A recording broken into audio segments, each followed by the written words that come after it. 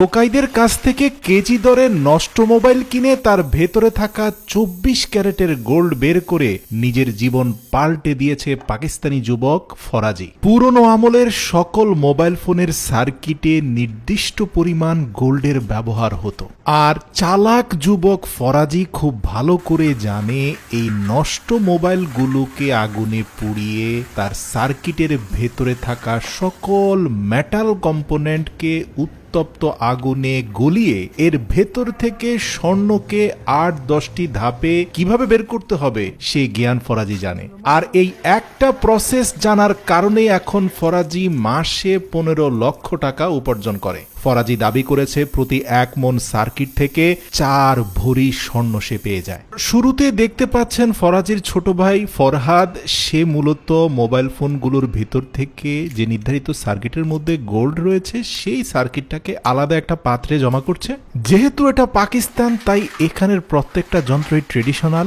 দেখতে পাচ্ছেন একটা ট্রেডিশনাল গ্রাইন্ডারের মধ্যে সবগুলো সার্কিটকে রেখে তীব্র বেগে আগুনের স্প্রে চালু করে দেওয়া হয়েছে। পাইপ দিয়ে বের হওয়া তীব্র গ্যাসের প্রেসারের সাথে উত্তপ্ত আগুন ভিতরের সার্কিটগুলোকে পুড়িয়ে দিচ্ছে, যার ফলে এই দীর্ঘ সময়ের স্পিনিং এবং হিটিং প্রসেসের মাধ্যমে সব মেটাল কম্পোনেন্ট মানে কলকব্জা সব আলাদা হয়ে যাচ্ছে। আপনারা দেখতে পাচ্ছেন এখানে প্রায় ১ মণ পরিমাণ গ্রাইন্ডিং করা সার্কিট রয়েছে। এখন এই সার্কিটের মধ্য থেকে যেই কম্পোনেন্টগুলো পিওর স্টিলের সেগুলোকে হাত দিয়ে আলাদা করে ফেলা হচ্ছে, যেগুলোতে সম্ভাব্য গোল্ড রয়েছে সেগুলোকে একেবারে ট্রেডিশনাল ওয়েতে মাটি চাপা দিয়ে পোড়া দেওয়া হচ্ছে। কোরিয়া জাপান হলে হয়তো আপনি এখানে স্বয়ংক্রিয় অনেক মেশিনের ব্যবহার দেখতেন। যেহেতু এটা পাকিস্তান, তাই মাটি চাপা দিয়ে গাড়ির পুরনো মোবিল ছিটিয়ে সেখানে আগুন ধরিয়ে দেওয়া হলো। প্রাথমিক আগুনে পুড়ে যাওয়া সার্কিটগুলোকে একেবারে মিহি করে ফেলার জন্য আরেকটা ট্রেডিশনাল গ্রাইন্ডারের মধ্যে সংযুক্ত করা হলো, যেটা স্বয়ংক্রিয়ভাবে চালিত হয়ে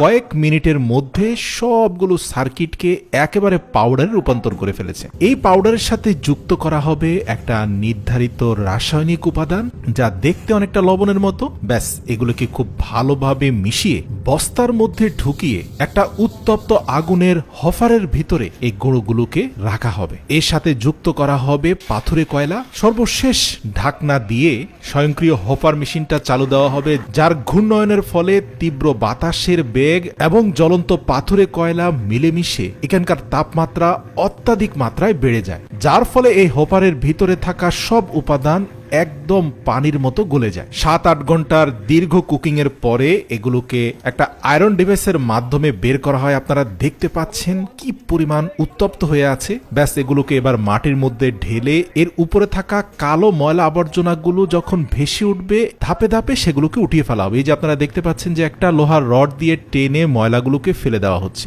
আর আপনারা জানেন মেটালের সাথে অন্য উপাদান সহ সব যখন গলিয়ে ফেলা হয়, মেটাল কম্পোনেন্ট নিচে পড়ে যায় আর ময়লা আবর্জনাগুলো উপরে ভেসে আসে। তো যাই হোক, পানি ছিটিয়ে বেশ কয়েকটি ধাপের পরে একটা শক্তপোক্ত ধাতব উপাদান পাওয়া গেল, যা সার্কিট থেকে বের হয়েছে। প্রিয় দর্শক, মনে রাখতে হবে এর ভেতরে কিন্তু গোল্ডের উপাদানও রয়েছে। এবার লোহার কড়াইয়ের মতো বেঁচে থাকা এই লৌহ দণ্ডটাকে আবারও ট্রেডিশনাল ওয়েতে কয়লা ছিটিয়ে আগুন ধরিয়ে হোপারের মাধ্যমে তীব্র বাতাসের প্রবাহ সৃষ্টি করে এটাকে চতুর্থ ধাপের মতো আবারও গলানো হয়েছে। আর একজন ব্যক্তি দূর থেকে আরেকটা লোহার ডিভাইসের মাধ্যমে ময়লাগুলো ভিতর থেকে বের করে নিয়ে আসার চেষ্টা করছেন। আর দীর্ঘ ৩-৪ ঘন্টা এর ভেতর থেকে একাধিকবার ময়লা বের করার পরে বেঁচে থাকা লৌহদণ্ডটাতে আপনারা স্পষ্ট স্বর্ণের উপস্থিতি দেখতে পাচ্ছেন। ব্যাস, এর সাথে মিশ্রিত করা হবে বেশ কয়েকটি রাসায়নিক কেমিক্যাল। ফরাজি জানে যে কেমিক্যালগুলো মূলত এই মেটাল কম্পোনেন্ট থেকে গোল্ড কম্পোনেন্টটাকে আলাদা করে ফেলবে। তো এই রাসায়নিক ২-৩টি উপাদান মিশিয়ে পুরো রাত